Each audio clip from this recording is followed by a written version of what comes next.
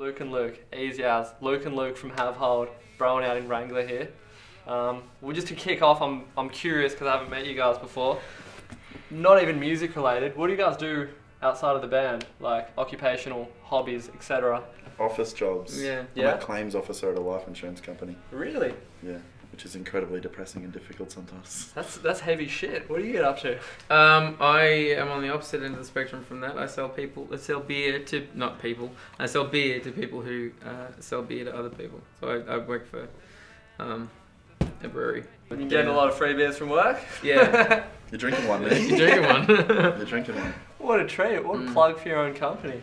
What do you guys think of things like the whole Triple J Unearthed thing? Like all the hype around that. What do you guys think as a band? It's kind of an interesting thing for me, I think. Like it's interesting how they kind of got on the front foot with the whole, you know, the kind of the way bands play out on the internet. I think like it's kind of clever in that way. They're sort of only coming, you know, starting to turn it into a big machine, you know, for themselves. But it's interesting how they kind of got onto it early and filled the void that I suppose MySpace left. It can really make some people, from what I can tell, like... So do you guys put a high value on something like that as a band? Oh, we treat it the same way we treat any of our social media. Like, we don't favour one more than any other. Yeah. We just kind of like pick a date, like we're putting out a new song, or when we put out the EP last year, and we're kind of just like, alright, well, you know, this date we'll push this platform or whatever, and we know that, like, you know that getting plays on Triple J Unearthed can turn into getting played on the radio and so on and so forth. So yeah, like, we've definitely made posts about it, like, you know, Sus had a new song on this, and we just try to be pretty equal, pretty even with our platforms and stuff, I guess. It's just kind of... It's the 2015 version of kids photocopying the cover of their tape. Your Facebook wall is a flyer, and it's a shop front, you know, like, you know, people just see it, and that's kind of what you want. Like, playing music is the be all and end all. It's nice when there's people at the shows. Exactly. So do you think perhaps in a sense it's sort of it's gotten away from that? It's sort of lost a bit of its purity, the connection between the musicians and the fans, or do you think it's enhanced it? I think that started to happen with MySpace. I think the fact that, you know, weird synthy two-pieced dudes dressed like vampires were able to get big really posed some questions. But yeah, it definitely does, because you've got these bands that are buying likes. I've also kind of found it endearing to, like, the idea that it's given the onus of choice back to kids, you know. You can, like, for a while there you could just be a shitty, you know, sort of two-piece synth band playing Game Boys and not really sounding like anything. But like, it's come to a point where there's so much choice and there's so much option that you really have to play better. Yeah, because otherwise you're gonna stand out like a sore thumb.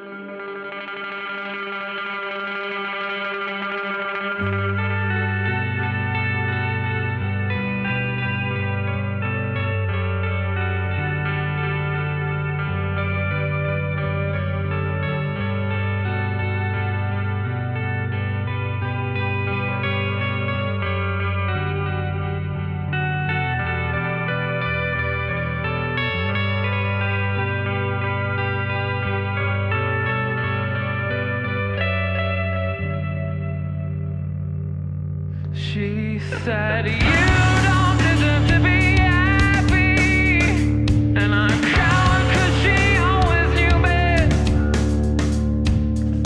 Dreams are not concrete, they're like dust in the eye at the mercy of the breeze and out inflated, clutching at my chest, and she said, do you think it's more important to have an intense, full-on live show, or to have really, really highly polished quality recordings? Yeah, we know that we don't want stuff to sound shit, but I guess we all listen to a whole bunch of different stuff as well, so I appreciate bands like that. I think, it comes down to what you want to do, like what type of band you are. If you asked me that question when I was 21, my answer would have just been like, oh, you've just got to play, man. And I told you some weird, like, playing live is everything. And that's absolutely still true. It's still true, But I think for this band, a lot of the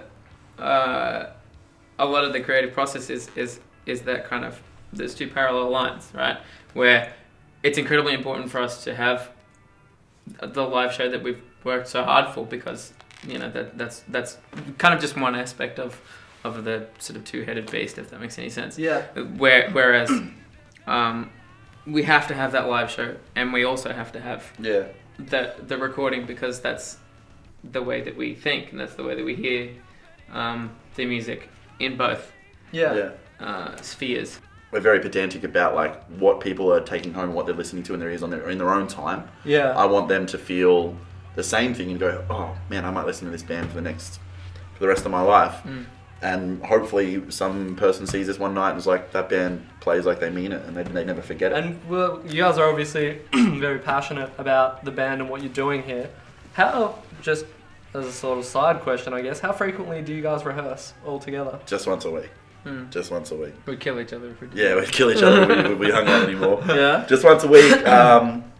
We've even had these discussions, like we talk about old bands we did when we were younger, and you found more time. It's just about finding time now. But we know now when we come in, we play and we don't mess around. Do you have like a manager within the band, or do you have external management, or is it? No, we're just kind of doing it off our own. Yeah, it's us. And is that one member in particular? We kind of went into this band needing it to be reasonably diplomatic. I think. Yeah, very split up. Like we all have maybe jobs that we take the A on each. Yeah. But then other times someone will pick up the slack on something like. Yeah. For like, I don't know, our drummer is like an organisational genius. Yeah. In a lot of aspects. But then like, I know I'm really good at like booking shows and stuff, but then it's not to say that these two haven't gone and just, hey, like I've got this show for us, and they look after it. We're very good at that. I think we've always got something covered. Like there's nothing that slips by. And so looking to the future, have you got any major plans in the works? Anything in the pipes? Well, probably the biggest thing a band could do, a debut album. Oh, First look out. album. Yeah, look out, boys. Comes out next month. Yeah. It's interesting. I only met these dudes a few years ago. Like I didn't really meet you till the night of our first jam. Really? Walked in and shook hands and were like, yeah. hey man. That's I had met him kind of met him briefly at another show, but I knew Ryan for a while. And you know, he's just got stuff popping out of his head all the time, and he's had some leftover songs, but this album, the EP we did was kind of like about 3/5 written together, a couple of leftover songs. This album has very little content that wasn't written as the three of us now. The EP was kind of a bunch of loose ends that we had to tie up, and it was all stuff that we'd worked on together and that sort of thing. But it was very much that was the I suppose the start point, and now this record is very much the three of us, and like we've never done an album, any of us, in any of our old bands. Yeah, well, it's a pretty massive achievement. That's EPs, very cool. EPs all over the place, and all sorts of stuff. But we kind of just were like, we have to do a record together as the three of us, and I don't know, I love it. Yeah. So what's the deal? Break it down. What's the title? Yeah. So yeah, it'll be called. It's called King Salt.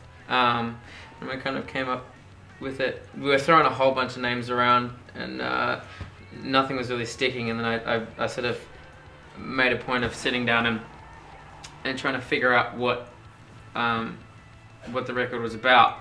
And it's kind of, not to sort of conceptualize it too much, but it's essentially about this kind of dichotomy of the people in the stories that the lyrics are about. So there's either sort of salt of the earth types or salt in the wound types, and so the name King Salt kind of was a way to I suppose make the album itself the protagonist, if that makes any sense. Give it a sort of a figurehead. We recorded it with a dude called Mike Deslins, who is a genius. He used to play in a band called Coerce. Oh, yeah. Oh, that's kind of what I was like when he agreed to do it. Fucking hell. We were struggling to think of who to do it with, and so you just went guns blazing for the best. Yeah, coming back from Adelaide, and I kind of I think in the back, I was sitting in the back seat. Yeah. And I was like, what about Mike? And he's recorded a bunch of my friends. Yeah. And I actually messaged a friend in the car while driving home, and I said to him, I'm like, do you think Mike Deslands would work for Have Hold? And his response was something to the effect of like, he's the dude for Have Hold. To follow up from the album, have you got any tour plans? Yeah, just a short one around Australia. We usually would do more, like most tours we've done have usually been about 6 shows up the East Coast, but we're just doing Brisbane, Sydney, Melbourne because a month later we're doing a run of shows in America, so kind of need some money. So it's Brisbane, Sydney, Melbourne over 3 Saturdays. Yeah. So far the lineups are ones we're really looking forward to playing. The Melbourne show, like, I think is going to be pretty special with the friends we've got involved, and just Australia and then go to the States and see how that works out. And fuck yeah, have cool. a crack. All right, we'll look forward to seeing what the future holds. Thank you. That was a bit of a pun. Nice. Thanks, boys. You were thinking about it in the car on the way over. Yeah, you've been I working wasn't- up to that all I was night. trying to wake up. Yeah. Alright, well yeah, thanks for coming and hanging out and having a chat. Thanks for man. having us. It's been a pleasure. Thank you. Cheers. Fade to black. And I don't care